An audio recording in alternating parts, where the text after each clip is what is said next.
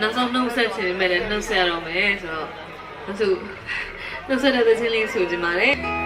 ပြန်တော့ကွယ်ဆိုတဲ့သချင်းလေးနဲ့မပြန်သေးချင်ပေမဲ့လည်းရခွဲဖို့ဒီချင်းလေးဆိုရစေ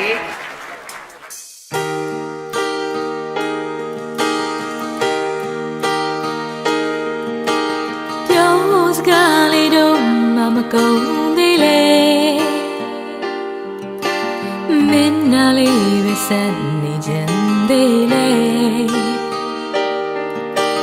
နိုင်ရမောမနာရီတွေကရွေးနေတယ်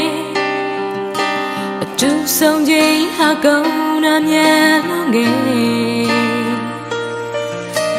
နှုတ်လက်ဖြာလေးအင်းဒီမှာပဲကွယ်